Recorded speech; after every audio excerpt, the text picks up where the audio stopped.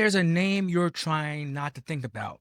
Someone who did something, and every time it comes back up, so does the question you don't want to say out loud. How many times am I actually supposed to forgive this person? I'm Ty. This is the Word Walk. Peter asked Jesus that exact question, and the answer was not the one he wanted. Matthew chapter 18, verse 21. Lord, how often will my brother sin against me, and I forgive him? As many as 7 times? Peter thinks he's being generous. The rabbis of the day said you have to forgive a man 3 times. Then you were free to cut him off. Peter doubles it and adds 1. He's waiting to be told he's a good man. And notice what he actually wants.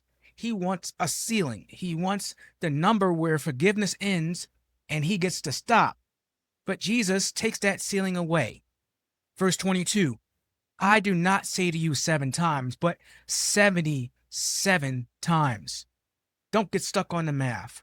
The point is that if you're keeping count at all, you've misunderstood the whole thing. A man who tracks offenses so he knows when he's free to quit has never forgiven anyone.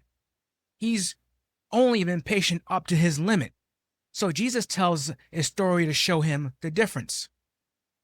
A king is settling his account. A servant gets dragged in who owes him 10,000 talents. To the people listening, that number meant something quite specific. 1 talent was about 20 years of wages. 10,000 of them comes out to be more than 160,000 years of work. That's a lot. Jesus picked a number nobody could ever pay on purpose. And the man can't pay it. So the king orders him sold, along with his wife and his children and everything he owns to recover whatever he can. That's the picture of what you owe God.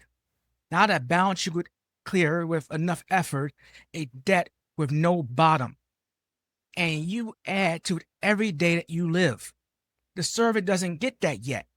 He falls down and he begs, just give me more time. I'll pay it all back. He can't. He'll die owing it. And his children will die owing it. He still thinks the problem is the schedule. Now the king does something the man never asked for. In verse 27, and out of pity for him, the master of that servant released him and forgave him the debt. He didn't lower the balance. He didn't set up some big payment plan. He canceled all of it and absorbed the loss himself. That's the gospel. Paul says it in Romans 5:8. But God shows his love for us that while we were still sinners, Christ died for us. I go through this so much. Again, not after you cleaned yourself up. While you were still in the wrong and still running, Christ paid what you owed, and the debt didn't disappear. It went to the cross.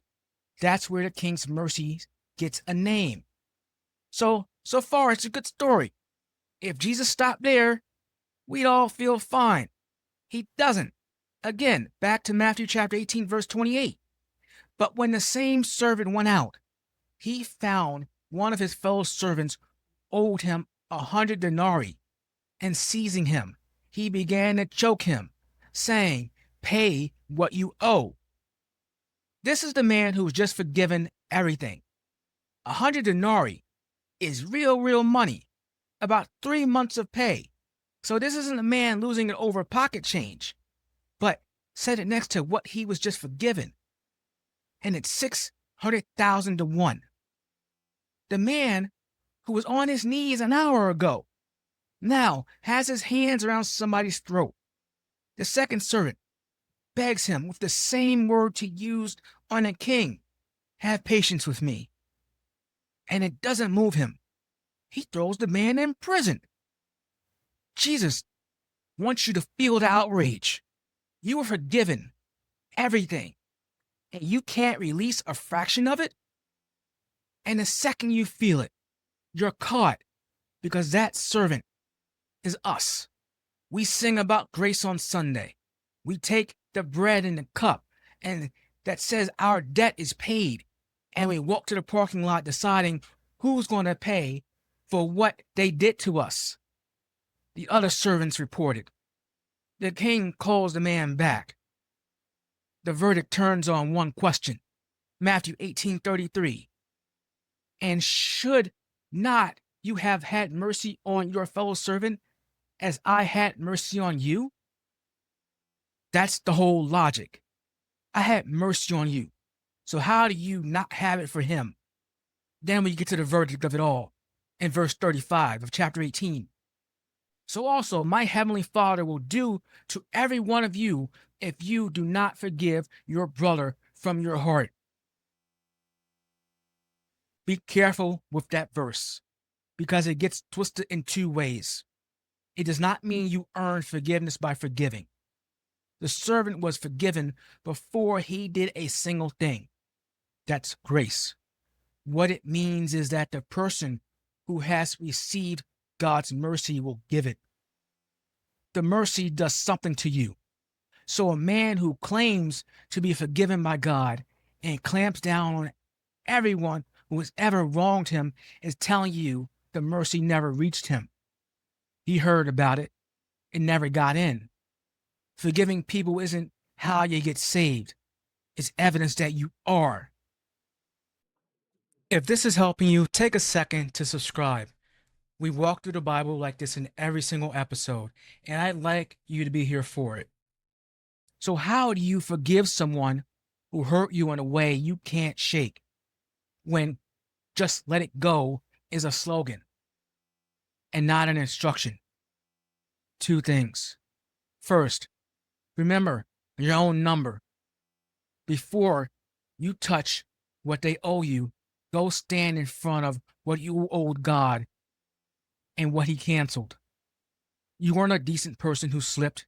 You were a man on his knees with no way to pay, and he forgave all of it. You will never forgive anyone well until you felt the size of what you were forgiven for. That's where the servant failed. He walked out of mercy and forgot he had been in it. Second, hand them to God instead of holding them yourself. Forgiveness doesn't mean it didn't happen, and it doesn't always mean reconciliation, especially with someone who's still dangerous. It means you get out of the judge's seat. You say, "God, you saw what they did, and I'm handing them to you. The accounts are his to settle, not yours." Some of you, including myself, are carrying a real wound, and the person never said sorry and never will for various reasons. Hear me. Unforgiveness won't protect you, and it won't heal you. It chains you to the person who hurt you and lets them collect rent in your own head every single day. You don't have to forgive because they deserve it. You forgive because Christ forgave you when you didn't. And that mercy is strong enough to turn what's bitter in you into something that heals. You were forgiven a debt you could never pay. Go and do the same. This has been the Word Walk. Thank you for listening. If this helped you, share it with someone who needs it, and leave a rating and a review so people can find this. Everything's at thewordwalk.com. You can follow me at basically all the socials at The Word Walk. I'm Ty. Thank you for listening, and may God bless your steps wherever you go. Darkness you shine, out of the ashes we rise. There's no one like you, none like you. Oh God.